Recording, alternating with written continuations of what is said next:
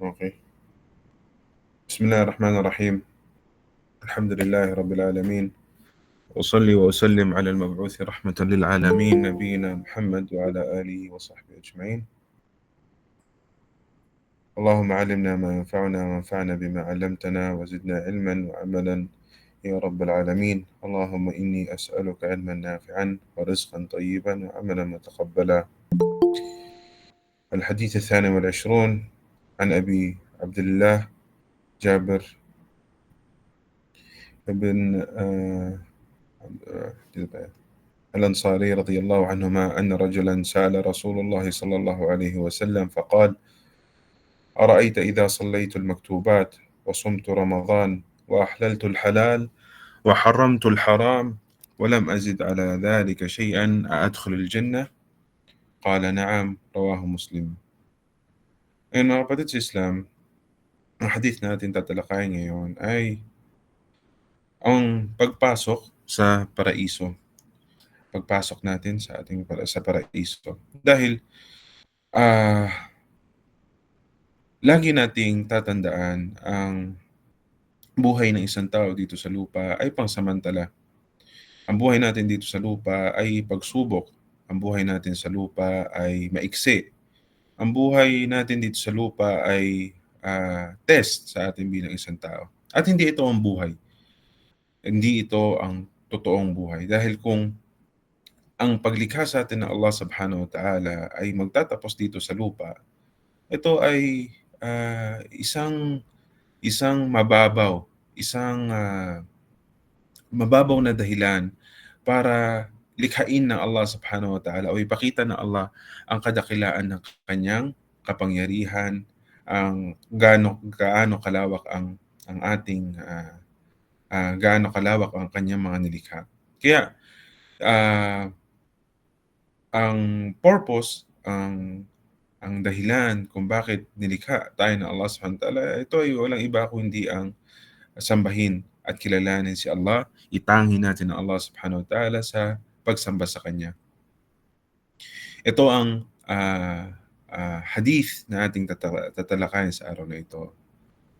So, inulat ni Abdullah Jabir bin Abdullah al-Ansari radiyallahu anhuma na may dumating kay Propeta Muhammad sallallahu alaihi wasallam.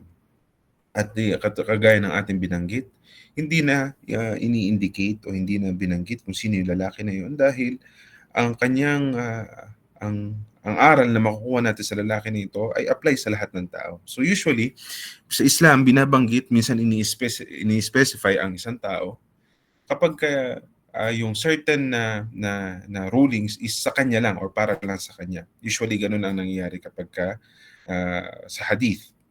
Pero dito hindi na nagpagod ang ating mga eskola ng Islam alamin kung sino itong tao na ito dahil kung ano yung tinanong niya kay Propeta Muhammad sallallahu alaihi wasallam ay apply rin sa ating lahat.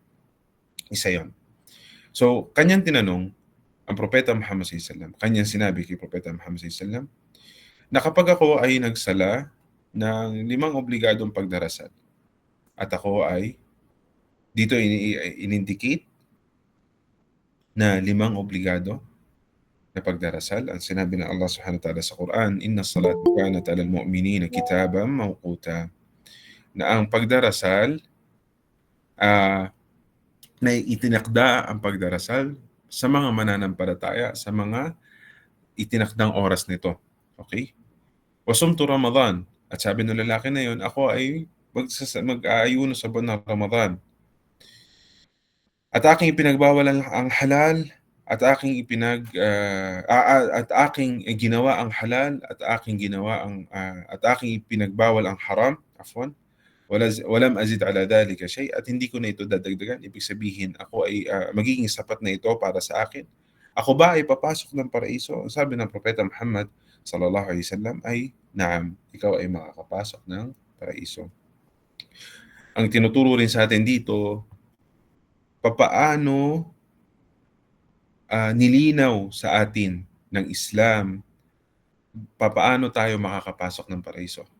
Sa 2 sentence siguro or 2 lines, pinakita sa atin ng Allah subhanahu wa ta'ala na hindi lang tayo nilikha Hindi lang tayo hinayaan na para tayong hamaj, para tayong bahaim, para tayong mga hayop, para tayong mga ligaw na tupa.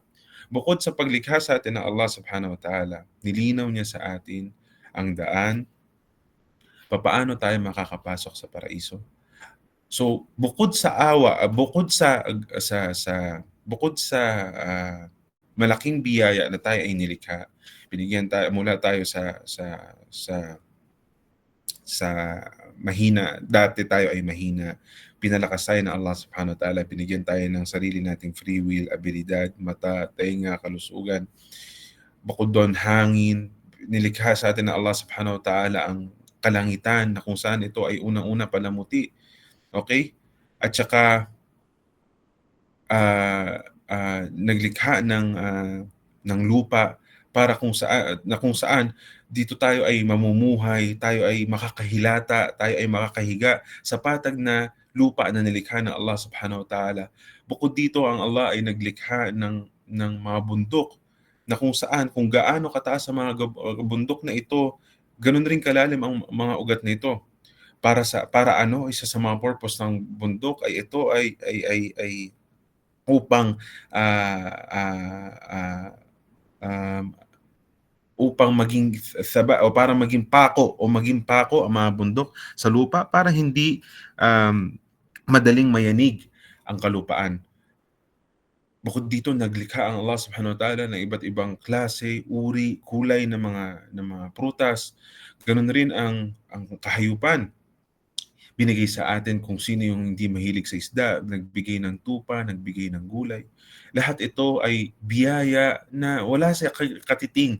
Kumbaga ito ay maliit kumpara sa kaharian ng Allah subhanahu wa ta'ala. Ito ay sa mundo lamang. Papaano pa sa libingan? Papaano pa sa araw ng paghuhukom?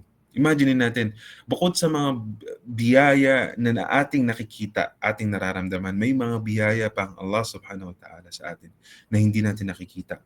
Kagaya ng mga anghel, pangangalaga ng anghel sa atin. May mga anghel na kung saan kapag tayo nagsasaliksik ng kaalaman, ang kanilang mga pakpak ay ginagamit para sa pag-aalaga sa atin, sa ating harap, sa ating likod, sa ating kaliwa, sa ating kanan. May anghel na nilikha ang Allah subhanahu wa ta'ala na kung saan nakatoka lang para sa pagbuhay ng ating mga puso, at ito ay si Angel Jibril. May anghel na nakatoka saan? Sa ulan para lang sa ating kakainin, sa ating palayan, sa ating mga prutas na gustong kainin. At may anghel na nakatoka sa pagbuhay ng ating kaluluwa para lang pagkatapos ng ating kamatayan. So, sinabi ng Allah subhanahu wa ta'ala sa Quran, wa atakum min kulli ma sa'altumu. Ibinigay sa atin ng Allah subhanahu wa ta'ala lahat ng ating maaaring hilingin. Wa in ta'uddu ni'matallahi la tuhsuha. At kung ating bibilangin ang biyaya sa atin ng Allah, ang mga pabor na binigay sa atin ng Allah subhanahu wa ta'ala, hindi natin kayang bilangin. At kahit gaano tayo magpasalamat kay Allah subhanahu wa ta'ala, parati tayong hihiling ng kapatawaran sa ating pagkukulang. Lagi niyong tatandaan yan, mga kapatid. Gaano man natin igugol ang ating buhay, ubusin ang ating panahon, ang ating buhay, ang ating oras sa pagpapasalamat sa biyaya ng Allah subhanahu wa ta'ala, sabayan pa rin natin ito ng paghingi ng kapatawaran dahil tayo ay nagkukulang. Tayo ay nagkukulang sa pagpapasalamat kay Allah subhanahu wa ta'ala sa kanyang biyaya. So, okay. Lahat ito ay para tanggalin sa tao ang excuse. Bakit hindi mo sinamba ang Allah subhanahu wa ta'ala habang ikaw ay nasa lupa? Habang ikaw ay nasa lupa. So dito, tayo ay nilikha, tayo ay nabubuhay dito sa lupa. Ang Allah subhanahu wa ta'ala ay nagpadala ng mga propeta kasabay ng mga revelasyon para turuan tayo paano tayo makakapasok, paano natin makukuha ang paraiso. Paano natin makukuha ang paraiso? Kaya pinadala ang Propeta Muhammad para ituro sa atin ang detalyeng pagsamba, paglapit kay Allah. Katulad ng paano tayo magtatakbir, paano natin sisimulan ang pagdarasal, paano tayo magwudu. Hindi pumanaw ang Propeta Muhammad sallallahu alaihi wasallam unless na ito ay lahat ay dinitalye niya at nilinaw niya. Na kung saan sa Surat Al-Qiyamah, sinabi ng Allah subhanahu wa ta'ala sa Quran, لا تحرك لسانك لتعجل به إنا علينا جمعه وقرآنه فإذا قرأناه فاتبع قرآنه ثم إنا علينا بيانه.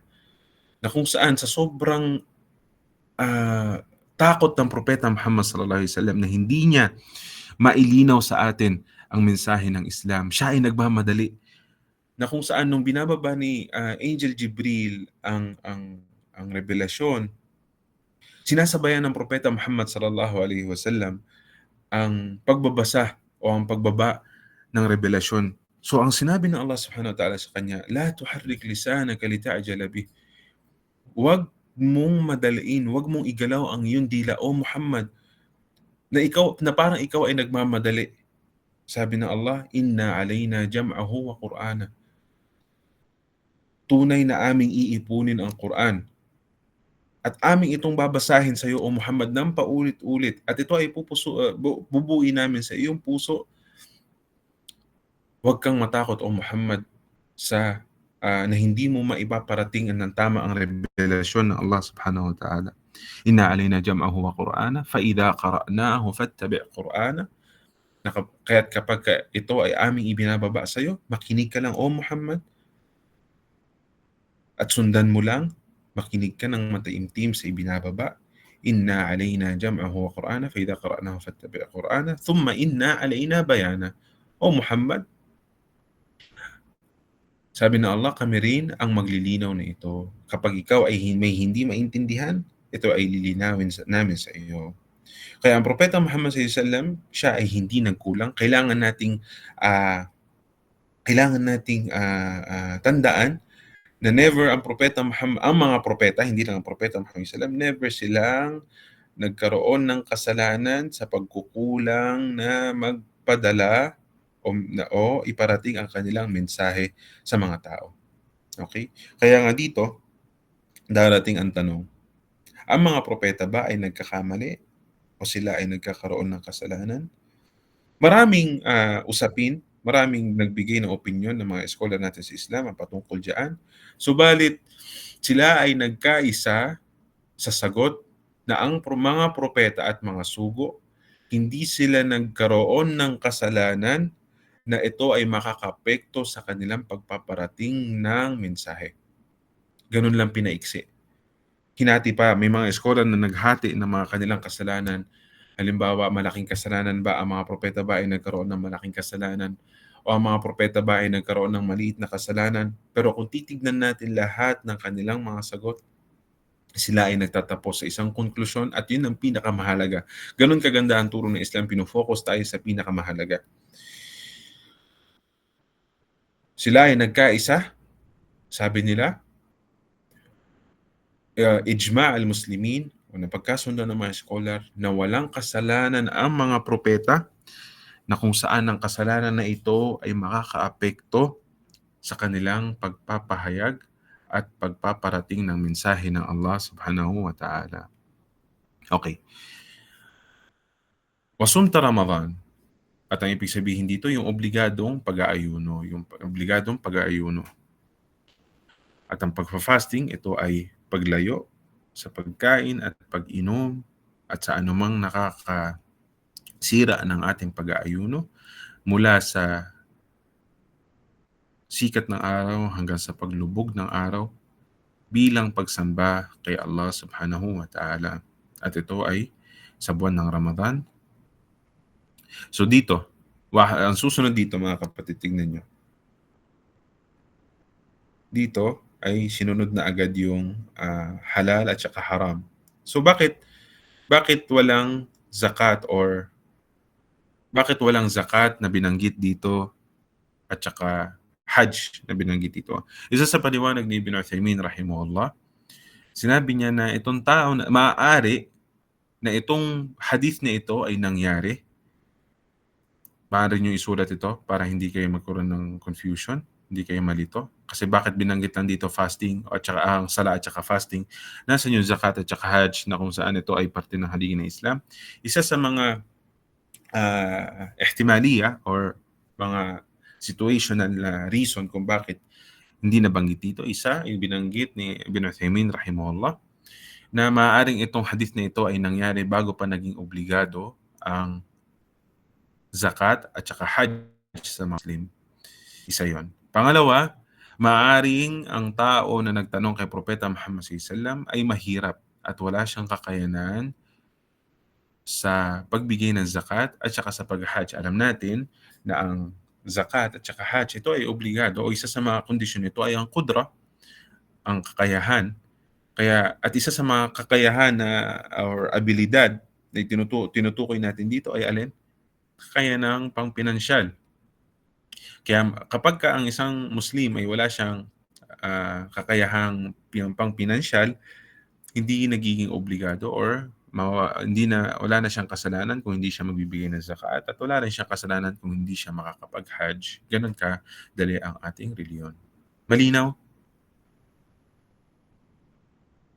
Malinaw mga Okay.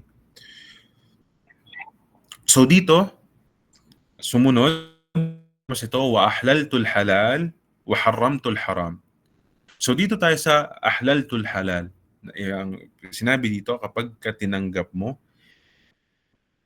or pinaniwalaan mo ang mga halal. At ang halal, ang salitang halal mga kapatid sa Islam, ito ay malawak na terminolohiya. Sinabi nating halal, papasok dito ang tatlong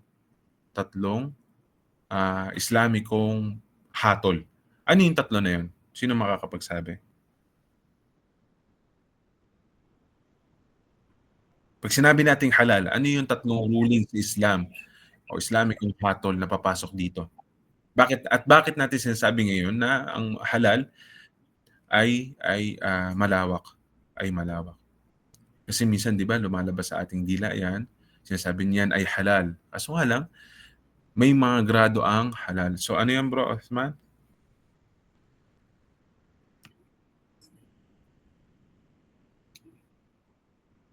Alin, hindi ko marinig actually.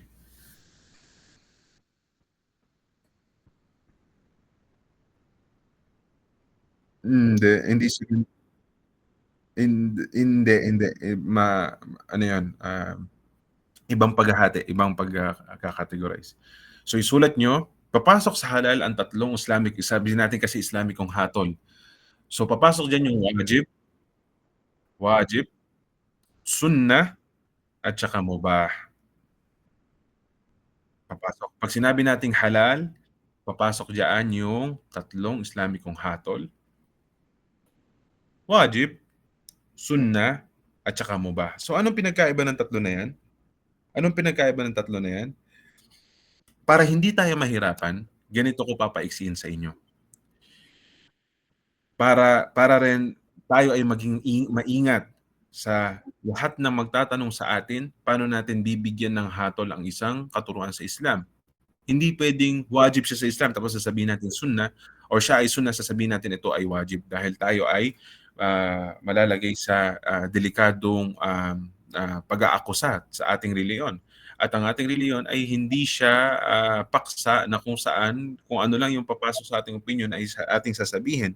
At ito ay qawl ala Allah bila ilm. Ito ay nagsasalita tayo patungkol sa Allah na walang kaalaman. So, ang pagkakaiba ng wajib at sunnah sa mubah ay sa kasalanan ng mag-iiwan nito or sa kasalanan ng tatalikuran nito. So once na sinabi nating ang isang bagay ay wajib, ang ibig sabihin nito ay obligado. At pag sinabi nating obligado, ang taong kakaligtaan nito or ang taong tatalikuran nito ay may kasalanan. Malinaw? Kagaya ng pagdarasal, ito ay wajib, ito ay obligado. So, ang sasabihin natin sa taong hindi gagawin ang wajib o obligado sa kanya, siya ay may kasalanan. Malinaw ito? Malinaw. So, bababaan natin or papagaanin natin ngayon at dito na papasok yung sunnah. Dito na papasok yung sunnah. Ang taong gagawa nito ay may gantimpala, pero wala siyang kasalanan kapag ito ay hindi niya ginawa. Katulad ng ano, katulad ng sunan ng rawatib, salatul witr halimbawa, salatul duha, naintindihan natin? So halimbawa yung mga 12 na rak'a, yung mga sunnah, hindi siya obligado sa isang tao. So hindi natin pwedeng sabihin na, "Bro, wajib sa'yo ang sunan rawatib at ikaw ay may kasalanan." Hahatulan natin yung kapatid nating Muslim na siya ay nagkakaroon ng kasalanan. Bakit bro siya may kasalanan? Dahil hindi siya nagsusunod sa masjid o hindi siya nagtuturaka pagtapos ng Maghrib o hindi siya nagsasala ng kahit isang witr sa gabi. Hindi natin pwedeng sabihin na ang tao ay may kasalanan sa kanyang pagkaligta dahil ito ay mga voluntaryong gawain. So nakita niyo na yung pagkakaiba ng wajib sa sunnah? Naintindihan natin? So balit ang ating reliyon ay naghihikayat ng pagpaparami ng kabutihan, pero 'wag nating kakalimutan na ang pinakamahalaga na paglapit kay Allah Subhanahu wa Ta'ala ay hindi mga voluntaryong gawain at ito ay yung mga obligadong gawain natin. Kaya bakit tayo mag-aaksaya ng panahon sa mga voluntaryong gawain na samantalang tayo ay mahina halimbawa sa ating obligadong gawain, katulad ng 5 beses na pagdarasal. So subukan muna natin at sinabi ito ng Propeta Muhammad SAW na ang kinalulugdan ng Allah na way na paglapit sa kanya ay alin? Sa pamamagitan ng pintuan ng mga obligadong gawain at hindi mga voluntaryong gawain. So ang isang tao na siya ay may zakat, may obligado siyang zakat sa kanyang kayamanan, hindi siya dapat mag-aksaya ng oras, panahon at pera sa sadaqah dahil siya ay may zakat at yun ang mas kalulugdan ng Allah Subhanahu wa Ta'ala. Malinaw? Yung pagkakaiba ng wajib sa sunnah. Kaya minsan sasabihin natin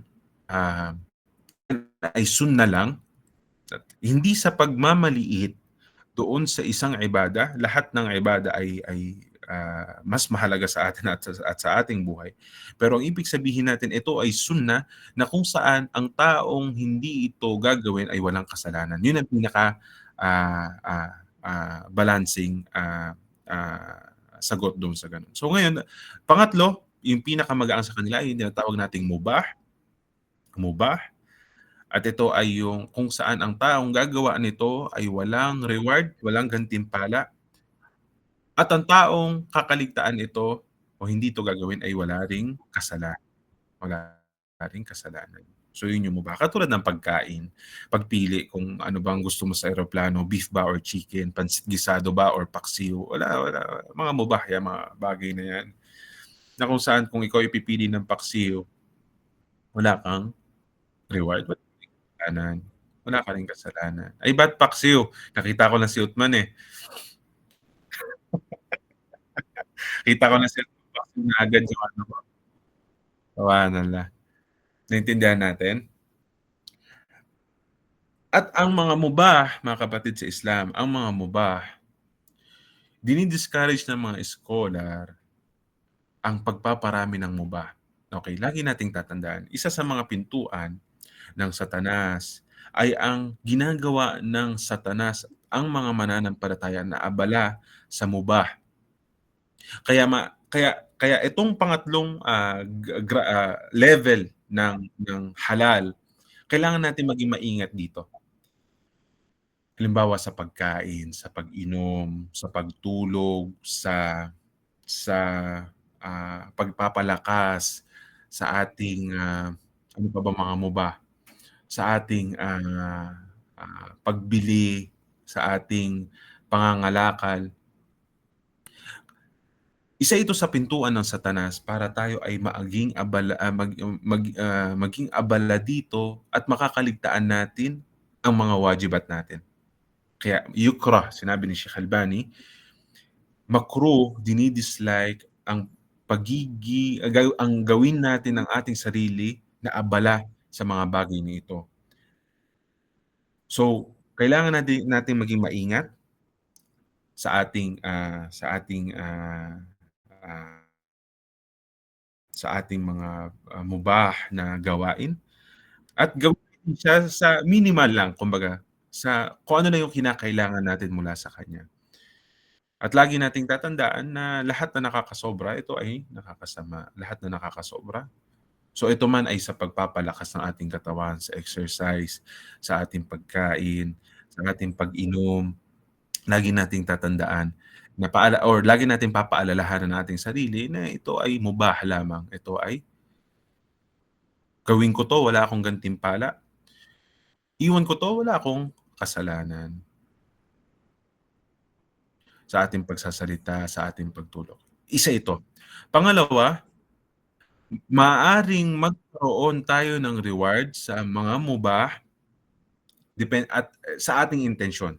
So sa ating pagpapalakas, isama natin sa ating intensyon na upang tayo ay maging malakas sa ibadah. So itong mubah na 'to maaaring mabago ang kanyang hatol depende sa ating paggamit sa kanya, okey? So halimbawa, yung pagkain natin ngayon ng, hapunan, kung ito ay iintensyon natin para tayo ay may lakas mamayang gabi sa ibadah, ito ay may reward ito. At minsan ito ay nagiging wajib. So halimbawa, itong pagkain na ito ay ang pagkain ng hapunan ay kinakailangan mo para ikaw ay makapagsala ng salatul isha na kung saan ito ay wajib. At kapag hindi mo ito ginawa, ang pagkain ng hapunan ay hindi ka makakapagsala ng isha, ang pagkain mo ay nagiging wajib. Dahil sa qaida, isa sa, tuntunin natin sa Islam, "Ma la yatimul wajib illa bihi fahuwa wajib." Na minsan may mga bagay na nagiging obligado, lalo na kapag ito ay kinakailangan natin para magampanan natin ang isang obligadong gawain. Kagaya ng halimbawa lang, isang halimbawa para mas maging malinaw. Ikaw ay nakatira sa isang lugar na kung saan hindi ka makakapunta sa Makkah unless sa pamamagitan ng eroplano. So ngayon ang pagsakay natin sa eroplano ay nagiging wajib or mubah. So ang orihinal na hatol sa pagsakay sa eroplano ay mubah. Subalit alam mo sa sarili mo na hindi ka makakapunta sa Makkah unless sa pamamagitan ng eroplano, let's say for example. So ngayon ang nangyayari dun sa pagsakay natin sa eroplano, ito ay nagiging wajib. Dahil ito ay naging daan na o naging kondisyon na para magampanan mo ang isang wajib which is ang Hajj. So, ito yung, punto natin na kung saan ang mubah ay maaaring magbago ang kanyang maaaring baliktarin naman natin, minsan ang mubah ay nagiging haram. Minsan ang mubah ay nagiging haram. So let's say for example, ang ang, ah, ang ang pagsakay same ng, example natin. Ang pagsakay ng eroplano sinabi natin ito ay mubah, walang problema. Kumbaga gawin mo 'to, may reward ka, iwanan mo 'to, wala kang kasalanan. Subalit, ang pagsakay mo ngayon ng eroplano ay papunta sa haram na lugar. Ito man ay papunta sa ano bang masamang lugar ngayon? Papunta sa Boracay, yes, papunta sa Bali na kung saan alam nating lahat na ang Bali ay isang open beach halimbawa. Papunta sa Germany dun na kung saan may mga kalaswaan o may mga mungkar. So ngayon ang nangyayari dun sa pagsakay natin sa eroplano, ito ay nagiging from mubah, ito ay nagiging haram. Malinaw?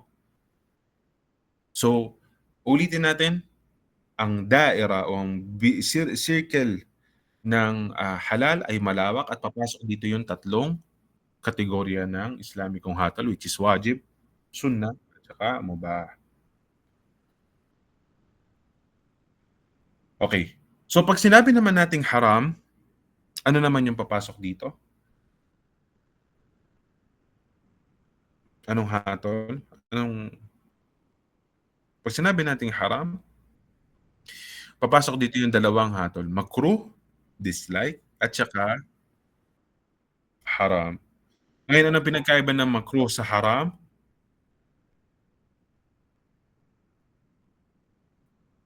Anong pagkakaiba ng makruh sa haram? 'Pag ginawa mo, okey? 'Pag ginawa mo, iniwan mo, ikaw ay may gantimpala. Ikaw ay may gantimpala, okey? So ang dislike o 'pag sinabi nating makruh, 'pag ginawa natin itong makruh na ito, wala tayong kasalanan. Subalit sa ating pag-iwas dito, tayo ay may gantimpala. At ang haram naman ay ito ay kapag ginawa natin, tayo ay may kasalanan. So yun yung mga papasok sa haram, sa dalawang circle ngayon na sinabi natin, circle ng halal at saka circle ng haram. Okey.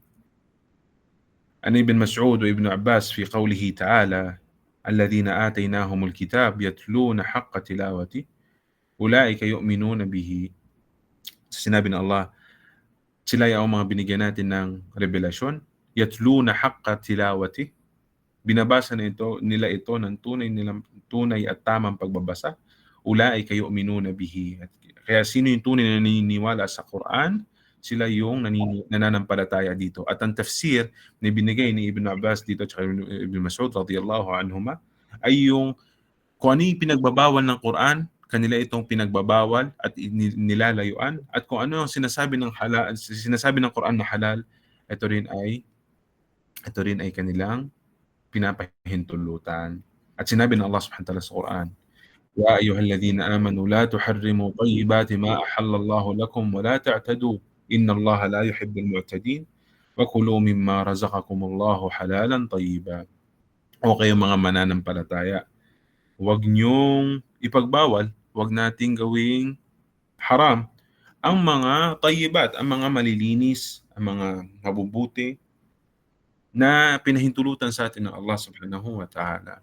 So kagaya ng halimbawa, isa sa mga kanyang pinahintulutan ay kumain tayo ng karne, kumain tayo ng prutas, tayo ay magpabango.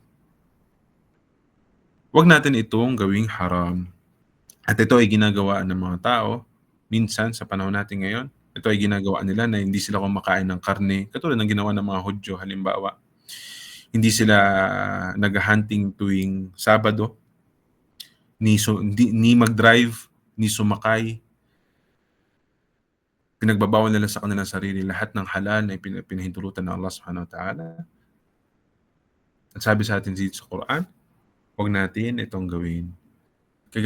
Isa dito yung sa panahon ng Propeta Muhammad sallam ay yung isa sa mga lalaki ay nagsabi na ako ay hindi mag-aasawa at ako rin ay hindi kakain ng karne.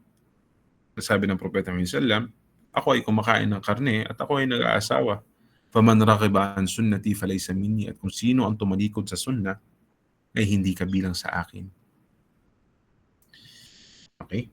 At kaya tayo ay maging maingat sa pagbibigay ng payo sa mga tao or payo sa ating sarili. Nasasabihin natin halimbawa na ako ay hindi muna ako mag-aasawa halimbawa.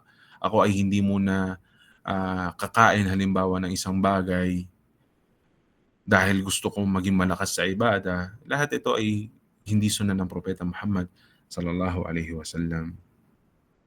At tayo ang talo sa pagtalikod natin sa sunnah, dahil ang Islam o ang Deen, ito ay mapapangalagaan.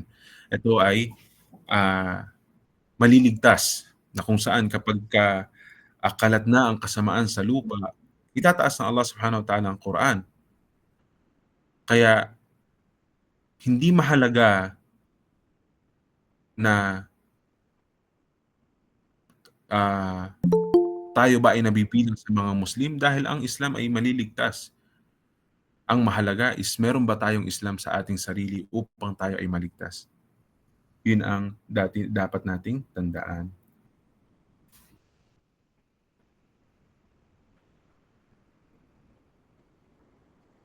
عن أبي أيوب أن رجلا قال للنبي صلى الله عليه وسلم أخبرني بعمل يدخلني الجنة قال تعبد الله لا تشرك به شيئا وتقيم الصلاة وتؤتي الزكاة وتصل الرحم. At naiulat ni Abi Ayyub na merong isang lalaki na papunta kay Propeta Muhammad SAW. O ya Rasulullah, sabihin mo sa akin ang gawain na makakapagpapasok sa akin sa Jannah. Sabi ng Allah, sambahin mo Allah at huwag kang magtatambal sa Kanya. Itayo mo ang palagi ang pagdarasal, obligadong palagi ang pagdarasal, magbigay ka ng zakat, at huwag mong putulin ang iyong ugnayan sa iyong pamilya. At naiulat ni Abu Hurairah na ang isang Arabi o isang Bado o Bedouin ang pumunta kay Propeta Sallam. Sabi niya at kanya sinabi, dullani ala amalin idha amaltuhu dakhaltul jannah. Sabihin mo sa akin isang gawain na kapag ito ay aking ginawa, ako ay makakapasok ng paraiso. Sabi ng Propeta Muhammad sallallahu alaihi wasallam, ta'budallahi la tushrik bihi shay'a. Sasambahin mo ang Allah at ikaw ay hindi magtatambal sa Kanya. Ikaw ay magdarasal, ikaw ay magbigay ng zakat, at ikaw ay mag-ayuno sa buwan ng Ramadan.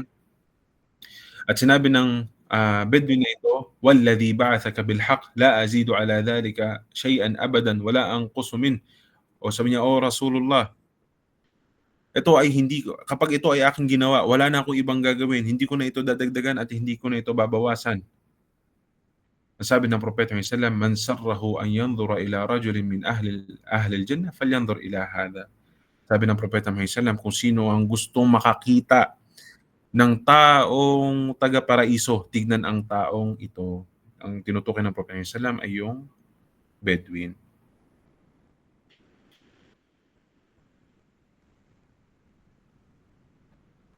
At maraming hadith ang kagaya ng ating ang nabanggit dito na kagaya ng ating sinasabi ngayon.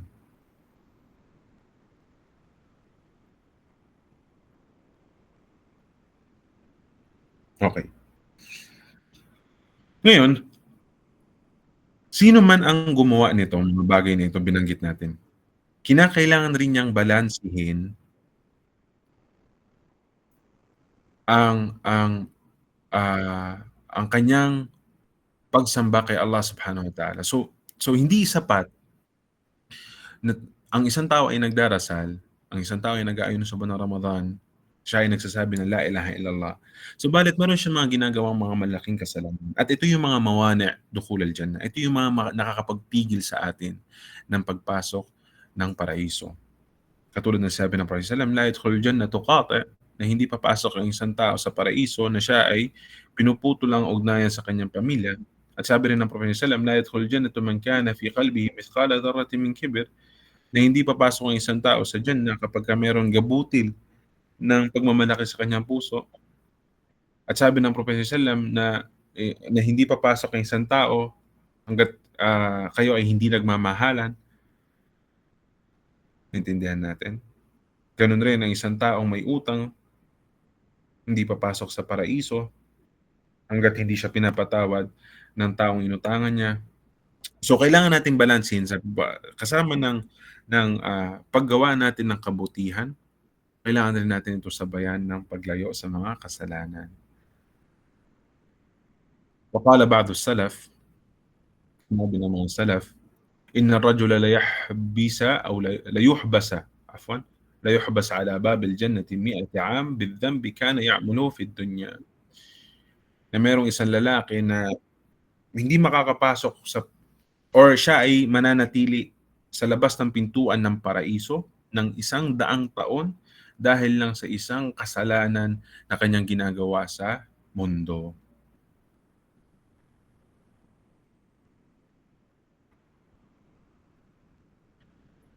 So dito nakikita natin ang kahalagahan ng pagbabalanse ng ating gawain. At naiulat ni Abi Dharr, sinabi ng Propeta Muhammad sallallahu alaihi wasallam, "Ma min 'abdin qala la ilaha illallah." Walang alipin, walang isang Muslim na sasabihin niya ang la ilaha illallah at siya ay namatay dito maliban na siya ay makakapasok sa paraiso. Qultu wa in zana wa in sariq, sabi ni Abi Dharr, tinanong niya ang Propeta sallallahu alaihi wasallam, kahit siya ay mangalunya at magnakaw, kahit na siya ay mangalunya at magnakaw. Ito ay inulit-ulit ni Abi Dharr ng 3 beses. Sabi ng Propeta Muhammad SAW, siya pa rin ay makakapasok ng paraiso. Isa sa makukuha nating aral dito ay unang-una, ah, ah, ang tao na ito ay may nagtauba, or kahit siya ay hindi nagtauba pero dahil siya ay may la ilaha illallah, siya ay tawarin ng Allah Subhanahu wa Ta'ala. Pangalawang aral na makukuha natin dito, ang Muslim, ang pagpasok ng isang Muslim o ang pagpasok ng isang tao sa impyerno ay nahahati sa dalawang klase o sa dalawang uri. Unang-una ay mu'abbad, okay? Isa ito sa mga akida ng Ahlus Sunnah wal Jamaah. Maaari niyong isulat na ang pagpasok ng isang tao sa impyerno ay dalawang klase. Isang mu'abbad, panghabang buhay, at muaqqat, pangalawa ay pangsamantala. So may mga Muslim na papasok sila sa impyerno, pansamantala. Sila ay lilinisin sa kanilang kasalanan, pagbabayaran nila ang kanilang kasalanan. Then lalabas sila uli sa impyerno at makakapasok sa paraiso. Na kung saan may mga ligaw na sekta ngayon na kanilang sinasabi na once na pumasok sa impyerno ay hindi na lalabas dito. At ito ay mali. At walang dalil ang salitang ito. Wala silang dalil sa kanilang sinasabi.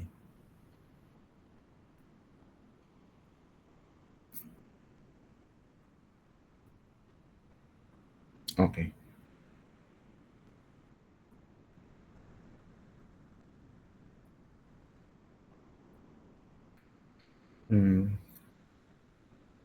Okay. Kaya uulitin natin ang ating sinabi bilang pagtatapos. Uulitin natin ang ating sinabi na ang pamumuhay natin dito sa lupa, Qul inna salati wa nusuki wa mahyaya wa mamati lillahi rabbil alamin. Ang ating pagdarasal, ang ating sakripisyo, ang ating buhay at kamatayan, ang ating dugo, ang pagtibok ng ating puso, ang ating paggising sa umaga, ang ating pagtulog. Nakakalimutan naman natin pero lagi nating tatandaan na ito ay para sa salitang La ilaha illallah. Ang ating pagbuo ng pamilya, ang ating pagtakwil, sabihin na natin, pagtakwil sa ating anak, sa ating mga magulang, ang ating pagmamahal sa kanila, ang ating pakikitungo sa tao. Nakakalimutan natin, yes, pero lahat ito ay dapat para sa salitang La ilaha illallah. At kapag sasabihin ng isang tao sa atin ngayon na sapat na ang salitang La ilaha illallah, na ang kanyang pagkilos ay salungat sa La ilaha illallah, siya ay nagsisinungaling. Dahil ang La ilaha illallah o ang konsepto ng La ilaha illallah ay pagsamba. Hindi yung pagkilala sa kadakilaan ng Allah o pag-acknowledge na ang Allah ay nagbibiyaya, ang Allah ay naglilikha. Dahil ganito rin ang paniniwala ng mga hindi mananampalataya. Pero ang tunay na konsepto ng La ilaha illallah ay sa pagsamba. At ang ibig sabihin natin sa pagsamba ay sa ating gawain, hindi sa gawain ng Allah, sa ating gawain. Kaya pag sinabi nating ating gawain, papasok dito lahat ng ang ginagawa ng isang Muslim. Ang kanyang gawaing pangsalita, ang kanyang mga sinasabi, ang kanyang paniniwala, ang galaw ng kanyang katawan. Lahat ay papasok dito. Kaya hindi sapat ang La ilaha illallah na walang kasamang gawain. Okay? Dahil ang gawain o ang tunay na ibig sabihin ng La ilaha illallah ay itangin natin ng Allah sa ating gawain. Okay? Kaya dito papasok yung syurut o kondisyon ng La ilaha illallah. At katulad ng binanggit natin sa pagsamba, paggawa natin ng mga pinag-uutos ng Allah at paglayo sa kanya mga ipinagbabawal. Kaya ang palatandaan na totoo ang La ilaha illallah sa ating puso ay yung ta'alluhullahu wahda, ijlalan, dinadakilan natin ang Allah subhanahu wa ta'ala sa kanyang mga syara'i, sa kanyang mga ipinag-uutos. Lahat ng sharia, inutos natin ng Eid, ito ay dinadakila natin. Ang pagpapahaba ng balbas, ito ay hindi magaang sa atin. Ang pagdarasal, ito ay hindi natin binabalewala. Lahat, lahat. Ni ang magsalita patungkol sa Propeta Muhammad sallallahu alaihi wasallam, hindi natin 'to hahayaan. At tayo ay natatakot sa parusa ng Allah Subhanahu wa Ta'ala. Minamahal rin natin ang Allah Subhanahu wa Ta'ala. Hindi natin mamahalin ang isang kapatid na Muslim unless na ito ay para sa landas ng Allah Subhanahu wa Ta'ala.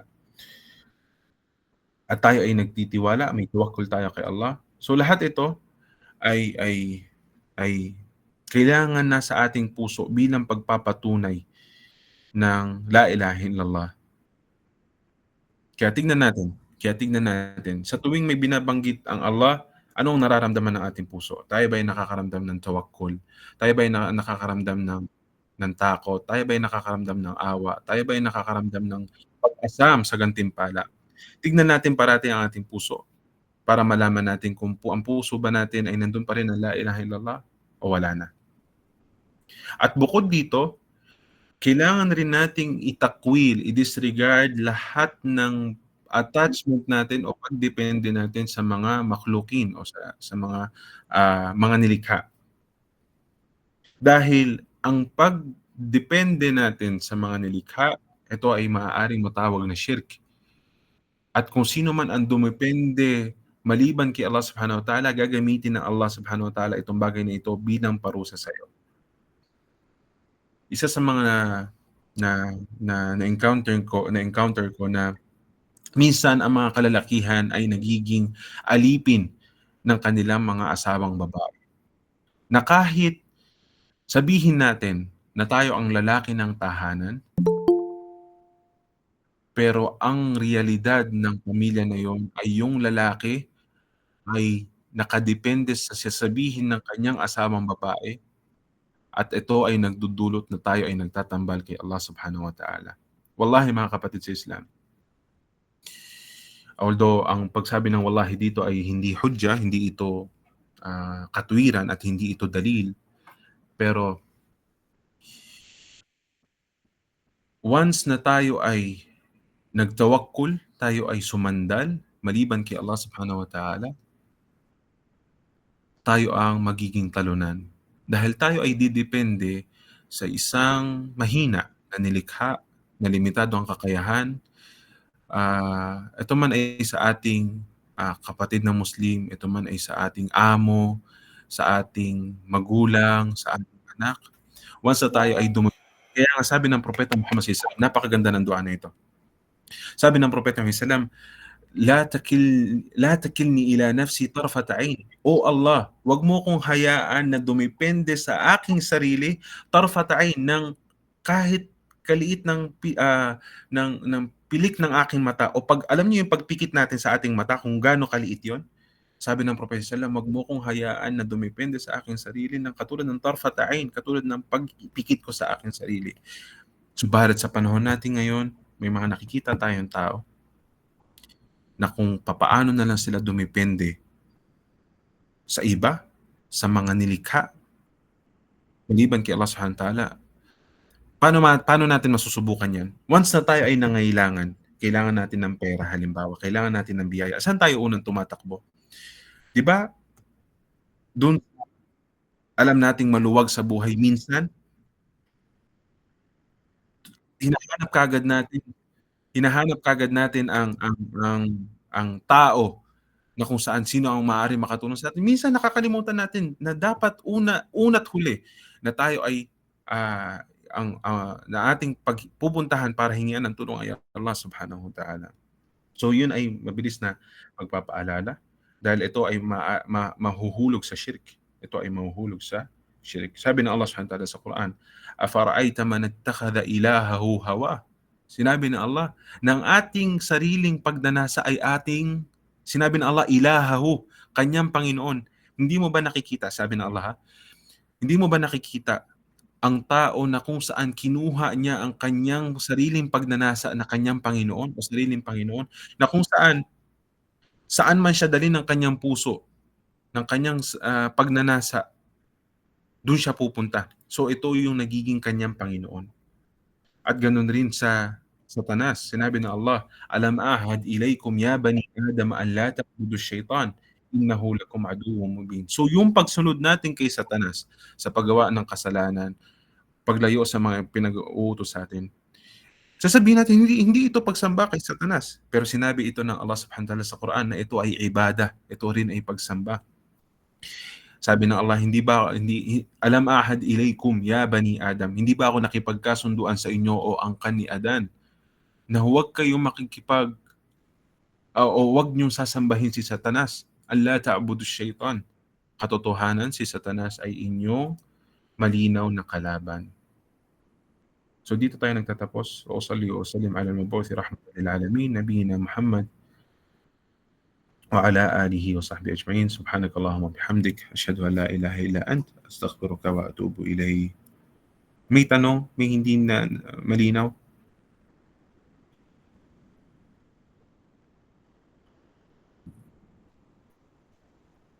Salam wa rahmatullahi wa barakatuh. Ang mubah, ito yung ang once na sinabi natin sa Islam, okay, meron pa tayong ang sinabi natin na ang hatol sa Islam ay 5. Ito ay wajib, sunnah, mubah, yung pinakagitna, makruh at saka haram. So yung mubah, ito yung mga lawful things. Pinapahintulutan sa atin ito. At ang mubah, once na sinabi nating mubah, ang paggawa nito ay walang kasalanan, ang paggawa nito ay walang gantimpala at wala ring kasalanan. Subalit, sinabi ng mga scholar natin, unang-una, ang mubah ay maaari maging wajib, maaari maging sunnah, maaari maging makruh, maaari maging haram. Ito ay babalik saan? Babalik ito sa ating intention. Kung yung mubah ay ginagamit natin para sa wajib, ito ay magiging wajib. Kapag yung mubah ay ginagamit natin sa sunnah, ito ay magiging sunnah. At ganun din sa makruh at saka sa haram. Isa ito. Pangalawa, kapag sa pagkakataon na ang mubah ay hindi natin ginagamit sa anumang mga bagay, din-discourage at sinasabi ng mga scholar na sa ating pagpapalalim sa mubah, ito ay makruh. Ito ay pintuan ng Satanas para tayo ay maging abala sa mga mubah na kung saan mauubos ang ating panahon sa pagsasaliksik ng gantimpala kay Allah Subhanahu wa Ta'ala. Malinaw, bro? Amin. So yung fudul al-kalam, halimbawa, sobrang pagkain, sobrang pag-e-exercise, halimbawa, lahat ito ay mga mubah na sumobra sa mubah na kung saan ito ay pintuan ng Satanas para makaligtaan natin ang mga mas mahalagang bagay at makakapagpigil ito sa pag-invest natin sa ating oras sa paggawa o paghahanap ng. Kasi imagine niyo maraming madaling ibada na maaari nating i-Google sa sa mga free time natin. Katulad ng astaghfirullah. Sa astaghfirullah ito ay magbubukas ng bubuksan nito ang kalangitan ng at ihuhulog sa atin ng biyaya. Faqultu astaghfiru rabbakum innahu kana tawwaba. Yursilis samaa'a 'alaykum midrara. Sa pagsasalita natin ng istighfar, ito ay magbibigay sa atin ng anak, ng kayamanan, ng biyaya. Subhanallah wa bihamdi, subhanallahal azim. Naintindihan natin? Kaya sanayin natin ang ating sarili na huwag masyadong magpalalim, mag-aksaya ng panahon sa mga mubah. Doon lang sa tasbih, sa adhkar, halimbawa. Although isa ang oras, kung usaping free time, isa ito sa mga ni'ma, isa ito sa mga biyaya na marirealize lang natin na biyaya kapag tayo ay naging abala niya. Dalawang bagay, alin? Yung sihhatu wal faragh, yung kalusugan at saka yung free time o yung maluwag na oras. Kaya saddidu wa qaribu wa abshiru. Sisikapin natin na ito ay hindi masayang.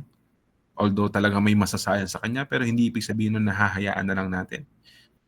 Saddid wa qarib, susubukan natin. At inshallah, ang gantimpala ay sobra-sobra mula kay Allah Subhanahu wa Ta'ala. So yun lang mga kapatid sa Islam, matatapos na rin itong meeting. Subhanakallahumma bihamdik, barakallahu fikum wa jazakumullahu khairan. Assalamu alaikum wa rahmatullahi wa barakatuh.